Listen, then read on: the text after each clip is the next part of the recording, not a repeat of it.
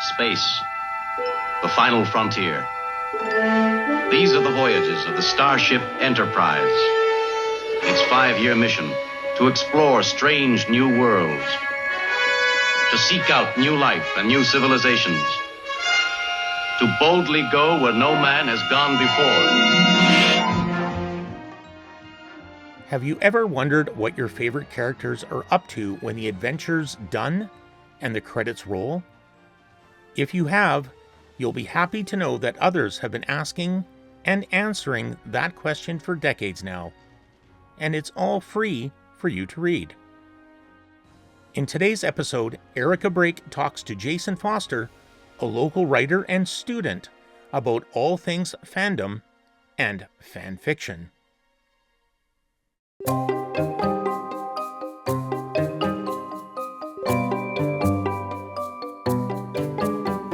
Welcome to Weird and Wonderful Westman, the podcast where we celebrate the unique stories, places, and characters that make Westman special.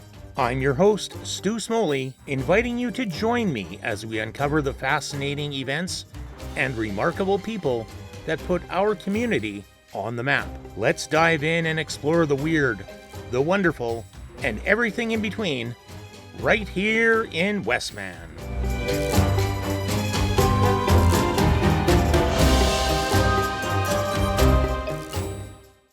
What started with housewives who could spot gay tension with the best of them has since grown into the worldwide phenomenon we now call fanfiction. Whether you're into the biggest film franchises around or the smallest indie games on the market, chances are someone somewhere has written fanfiction about it. In today's episode of Weird and Wonderful Westman, I'll be chatting with one of those someones about what it's like to write for a long-running fandom, the way fictional men are treated by fans, and about what keeps him writing.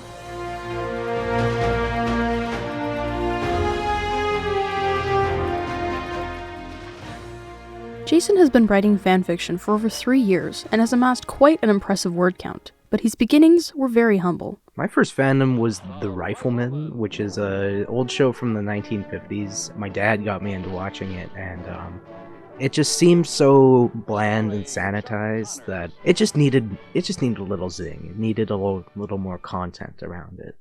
It was my first trial run, I guess we'll say, because it wasn't very good, and I knew that. But it was still fun, and it was still good practice. And the main thing about a show like that from the 50s is that there's no sort of continuity to the show. The episodes are focused more on the characters than they are of a specific overarching plot. So it's much easier to take them out of their habitat. Bland worlds with interesting but not fully utilized characters are one of the biggest drivers behind fanfiction.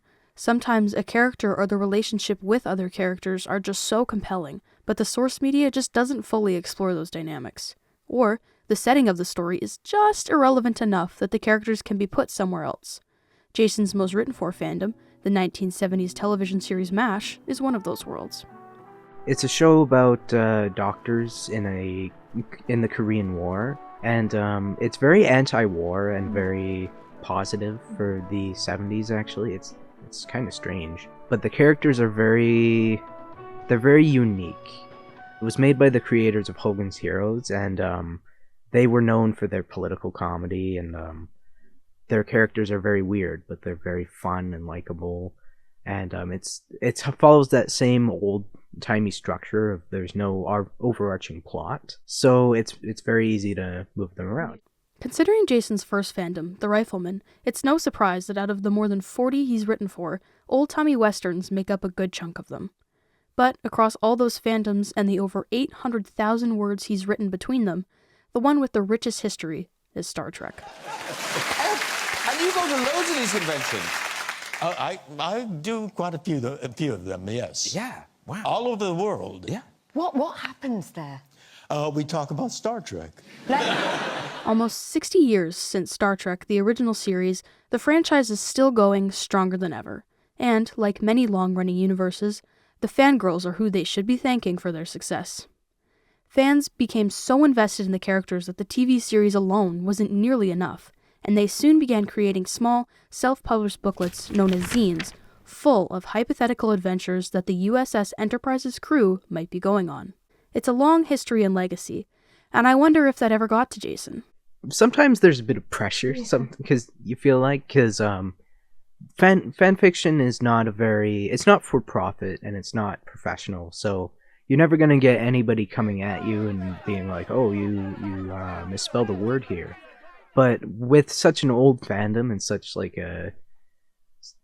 a tradition, I guess it's a little nerve-wracking because you're never sure what people are gonna like and what they aren't gonna like, because it's all just from your own head. But it is fun, and there's a very good reason why Star Trek and Kirk and Spock especially are the first two to be widely regarded as a shipped pair. So there's a lot of options. While the rest of the characters of Star Trek are popular and beloved, as Jason mentioned, no two characters are more so than Kirk and Spock. It's inarguable that shipping, the act of pairing two characters together romantically, regardless of their canon status, is what dominates many fandoms, and, by extension, their fanfiction. To take it one step further, many would argue that the shipping of two male characters does so more than any other type of relationship. Check any fanfiction hosting website, and you can see why this is said. I think it's it probably has to do something with how male characters are written in movies and stuff in general, because sometimes they're written so well that people ignore the female characters for them, and then other times it's just because people like to baby girlify them, kind of like a rough, tough man. They love to reduce him and put him in a skirt or whatever, and they love to add emotions to male characters, even when they aren't fully shown as accurate. Fandom spaces have always attracted women and queer people. They could express themselves in the relationships they were in or aspired to, without the fear of censorship. It helps me get a lot of my thoughts down on the page, because I have a very hyperactive mind. And as Jason mentioned earlier, no one profits off of writing fanfiction, which allows writers to put profit aside and write for other reasons. I think it's the attention somewhat. I love it when people read my stuff. I like it when people get inspired by my stuff. But it's also just for myself, really. That's the only reason you should ever be writing. I know there are a lot of people that write for profit, and they don't really care about what they write, like food critics or art critics or whatever. But fan fiction is something special. You can just write whatever you want. You can post it whenever you want, and people will love it. Some people won't. Some people will, because it's not for profit, and because it's such a passion project type thing. Even people who don't like it, they usually won't say anything, because they can just go off and find another. It's easy to see why so many people read and write fanfiction, and as someone who's been in fandoms for over 10 years, but has never written fanfiction before, the idea feels a little daunting. Jason had some reassurance for myself and anyone else who wants to start writing. Start small. I honestly usually recommend sticking between 100 and 500 words and a single topic, because when you're writing a lot of the time, you'll get hundreds of different ideas, and even halfway through your story, you could go, "Oh man, this sucks. I want to write a better one." So try and stay within that 100 to 500 word range at first, and pick some characters, pick what you want to write about. If it goes off the rails a little bit, that's okay, because you're just practicing, really. And don't rely on what other people tell you about it or what they comment. If it's good, then maybe rely on what other people say. But if it's not good, then it doesn't mean it's not good. It just means maybe it's not the most interesting idea you could have come up with. But if you like it, then that's all that matters. But even if you never start writing and stay a perpetual fandom lurker, Jason says that's okay too. Every artist values your hits, your kudos, your comments. Even if you don't comment, we still value engagement. And a lot of writers, they don't really care either about hits or comments or kudos. They just write because they want to write. I like the attention, but I'm not going to stop writing if I ever have a miss. From stories mailed between Trekkies to a fanfiction hosting website with over 9.5 million registered users and everything in between, fanfiction has crossed decades and language barriers to become the huge phenomenon it is today. It's hard to imagine a world without it and all the people it inspired. And remember, if your favorite network TV show has made it past 5 seasons, thank a fangirl. Cowboys, outlaws, and aliens? Oh my. There really is no limit to what you can write fanfiction about. I'm your host, Stu Smoley. Thank you for listening. We invite you to join us next time as we continue to explore those unique and sometimes unknown stories from Western Manitoba on Weird and Wonderful Westman.